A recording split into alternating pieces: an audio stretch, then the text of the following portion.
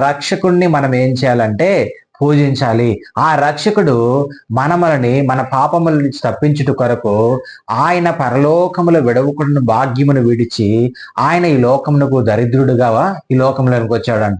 ఎందుకనంటే మన పాపములను మన శాపములను ఆయన సిలువలో భరించుటకు ఆయన ఈ భూమిపైకి ఒక శరీరధారిగా కృపాసత్య సంపూర్ణుడుగా ఈ భూమిపైకి రావడం అనేది జరిగింది. మనం జ్ఞాపకం చేసుకోవాల్సింది ఏంటంటే చూడండి ఒకసారి కీర్తనల గ్రంథము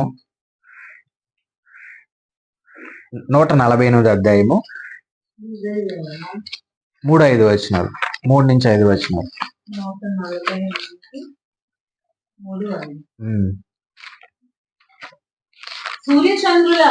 సూర్యచంద్రులారా ఆయనను స్తుతించుడి, కాంతిగల నక్షత్రములారా మీరందరూ ఏం చేయాలి?